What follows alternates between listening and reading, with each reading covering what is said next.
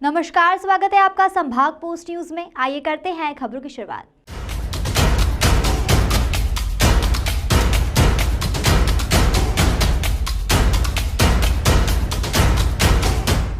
करे कोई भरे कोई, यह कहावत आपने कई बार सुनी होगी, लेकिन फिलहाल में यह कहावत इंदौर के देवी अहिल्या विश्वविद्यालय में चरितार्थ होते हुए नजर आ रही है।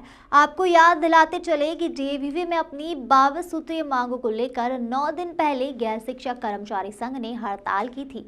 हुई हड़ताल के बाद हड़ताल से हुए नुकसान का खामियाजा छात्रों को भुगतना पड़ रहा है। परीक्षा विभाग के जिम्मेदार आशीष तिवारी के अनुसार बिगड़ी हुई चीजों को तेजी से दुरुस्त करने का प्रयास किया जा रहा है। डीएवीवी में 22 सूत्रीय मांगों को लेकर गैर शिक्षक कर्मचारी संघ ने हड़ताल की थी। हड़ताल में विश्वविद्यालय का काम पूरी तरह प्रभावित हुआ। अब जब कर्मचारियों की हड़ताल है तो जाहिर सी बात है कि छात्रों को परेशानी का सामना करना पड़ेगा।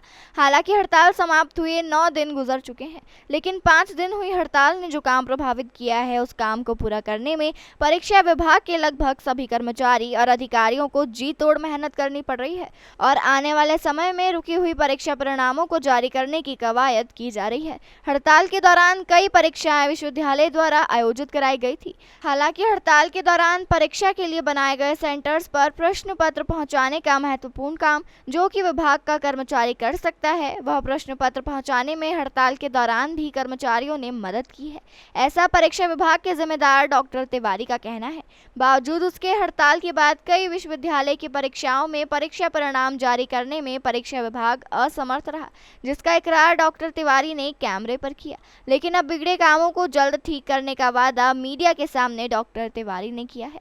देखना होगा कि क्या समय रहते हुए रुके हुए काम पूरे हो पाएंगे।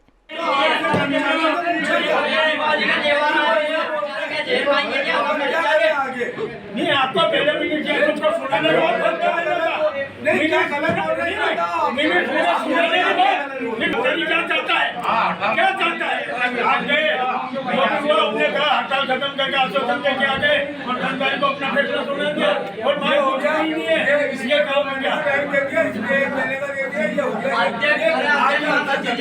पिछले विगत दिनों जो कर्मचारी तकरीबन 4 से 5 दिनों में हड़ताल पे थे और चूँकि ये परीक्षाओं का दौर कंटिन्यूस यूनिवर्सिटी में चल रहा है अभी, और उसमें जो मुख्यतः परीक्षाएं थीं वो MBA थी, BBA थी, BCA थी और जिसके अलावा लॉ की एग्जामिनेशन भी चल रही थी।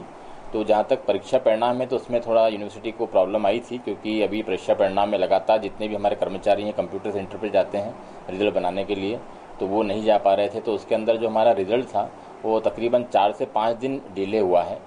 और जहाँ तक एग्ज़ाम कंडक्शन की बात है तो एग्ज़ाम कंडक्शन में भी हमारी प्रॉब्लम आई थी, पर उसमें माननीय VC महोदय द्वारा, रजिस्ट्रार साहब के द्वारा, मेरे द्वारा भी हम लोगों ने काफ़ी बातचीत करके उस समस्या को सुलझा दिया और उसमें जो कर्मचारियों ने हमारा सहयोग भी करा, क्योंकि एग्जामिनेशन कंडक्शन के लिए हमारे जो पेपर्स लगाने की जो ड्यूटी रहती है वो 8 जिलों में हमारे कर्मचारी जाते हैं पेपर लेके, और चूँकि अगर गोपनीय मामला रहता है तो हम किसी दूसरे कर्मचारी को जिम्मेदारी नहीं देती हैं, तो इन कर्मचारियों ने उस मामले में हमारा काफ़ी सहयोग करा और हमारे पेपर डिस्ट्रीब्यूशन में हेल्प कर दी।